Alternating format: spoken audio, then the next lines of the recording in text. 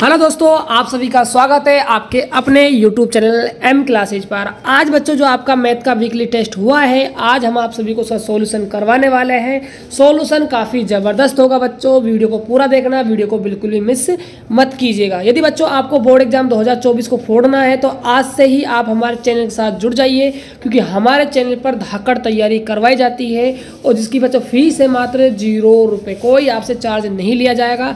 इसीलिए आप चैनल को फटाफट सब्सक्राइब कर लीजिए और डिस्क्रिप्शन बॉक्स में व्हाट्सएप ग्रुप और टेलीग्राम चैनल का लिंक दिया हुआ है, उनको भी ज्वाइन कर लीजिए ताकि आपको क्लासों को जो अपडेट है वो समय समय पर मिल सके। तो स्टार्ट करते हैं बच्चों आज का सॉल्यूशन। तो ध्यान दीजिएगा सभी बच्चे, और यही क्वेश्चन पेपर आपको मिलने वाला है।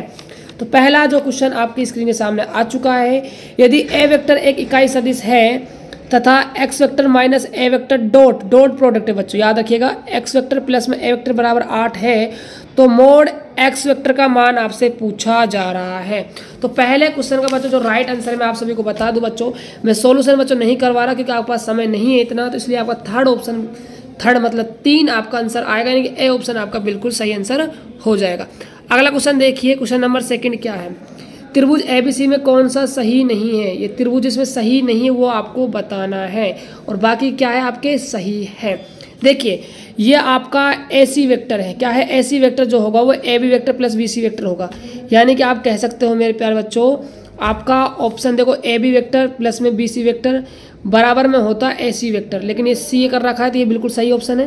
पहली बात तो सी ऑप्शन आपका बिल्कुल सही ऑप्शन है, और बात की जाए आपका डी ऑप्शन बिल्कुल सही है। आपका जो बी ऑप्शन है ना वो आपका गलत है, और लेकिन आपसे गलत पूछा है ना बच्चों, इसीलिए आपका बी ऑप्शन सही हो जाएगा, ये बात आप ध्यान में रख लीजिएगा। अगला क्वेश्चन देखिए, क्वेश्चन नंबर 3 क्या है, माना सदिश ए वेक्टर बी वेक्टर इस प्रकार है कि मोड ए वेक्टर बराबर 3 है, मोड बी वेक्टर बराबर √2/3 है, और ए वेक्टर क्रॉस बी वेक्टर इकाई सदिश होगा। तो ए वेक्टर और बी वेक्टर के बीच कोण आपसे पूछा जा रहा है, तो कोण हो जाएगा आपका 45 डिग्री, मतलब π/4 आपका आंसर आ जाएगा। क्वेश्चन नंबर 4 क्या है बच्चों, आप सभी से मान पूछा जा रहा है, आपसे कह रहा है आई कैप डॉट ब्रैकेट जे कैप क्रॉस के कैप प्लस में जे कैप डॉट ब्रैकेट आई कैप क्रॉस के cap dot I cap cross J cap, इसमें आपसे मान पूछा जा रहा है। तो इस क्वेश्चन का जो राइट आंसर है बच्चों आपका ऑप्शन नंबर सी चला जाएगा, 1 आपका आंसर आने वाला है।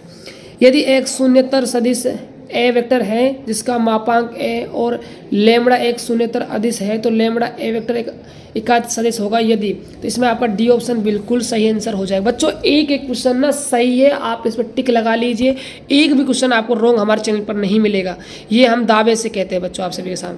अगला क्वेश्चन देखिए, क्वेश्चन नंबर 6 क्या है, यदि LMN एक रेखा खंडा दिक्कोज्या मतलब LMN दिया हुआ है आपको, ठीक है, तो इनमें आपसे रिलेशन पूछ रहा है। तो याद रखिएगा जो LMN² का मान होता है इन तीनों का वो हमेशा बच्चों 1 के बराबर होता है, लेकिन कहीं पर भी आपको ऑप्शन में 1 नहीं दिया हुआ है।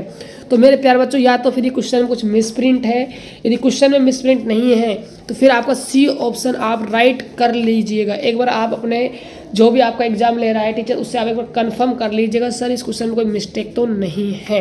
यदि बच्चों यहाँ पर स्क्वायर होंगे ना बी ऑप्शन में तो आपका बी ऑप्शन बिल्कुल सही आंसर हो जाएगा।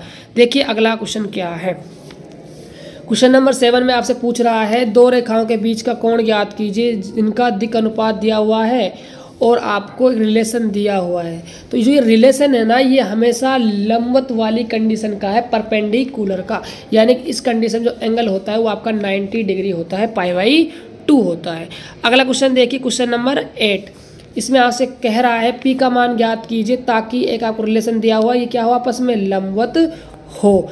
तो इसमें आपका जो राइट आंसर आने वाला है वो ऑप्शन नंबर ए आ जाएगा। बच्चों करना कैसे, देखो A1 A2 प्लस में B1 B2 प्लस में C2 बराबर में 0, इस टाइप से आपको यहाँ पर फॉर्मूला अप्लाई करना है, बट ये ऑब्जेक्टिव क्वेश्चन है तो आपको इतना टेंशन लेने की ज़रूरत नहीं है।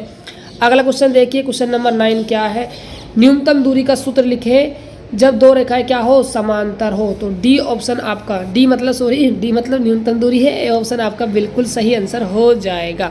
देखिए अब अगला क्वेश्चन क्या है, अगला क्वेश्चन है क्वेश्चन नंबर 10, आपसे कह रहा है vector from of the line, तो रेखा का सदिश रूप बताना है। देखो बच्चों जो ये आपके दिक् अनुपात होते हैं ना नीचे ये बी वेक्टर को प्रेजेंट करते हैं। यदि आप बी वेक्टर बनाना चाहोगे तो 3 आई कैप प्लस में 2 जे कैप प्लस में 2 के कैप आपका होने वाला है। तो न्यू के साथ जो पीछे ये लग रहा है वो आपका राइट आंसर होने वाला है, तो इसीलिए आपका ए ऑप्शन बिल्कुल राइट आंसर हो जाएगा।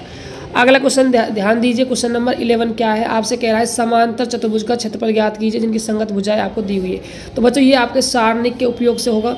ए वेक्टर क्लोज बी वेक्टर आप निकाल लीजिएगा, यहाँ आई कैप जे कैप यहाँ के कैप लगाकर, और यहाँ आप इनके मानों को रख दीजिएगा। फिर आप सारणिक वाले फॉर्मूले से इसका मान निकालना, उसके बाद जो लास्ट में जो सदिश आए उसका आप परिमाण निकाल देना, आपका आंसर आ जाएगा। मेथड मैंने बता दिया है, करना बच्चों आपको है।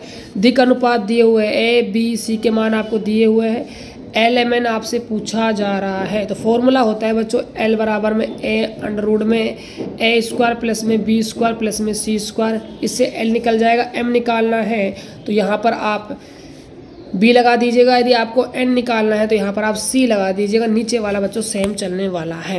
तो बच्चों ऐसे इस क्वेश्चन को आपको करना है, और ये बाकी के बच्चों क्वेश्चन है देख सकते हो आप, इनको आप तैयार जरूर कर लीजिएगा। बच्चों यदि आपको फुल सॉल्यूशन चाहिए तो इसका आप हमें व्हाट्सअप पर या टेलीग्राम चैनल पर कमेंट कर सकते हैं, हम आपको इसका फुल सॉल्यूशन डाल देंगे।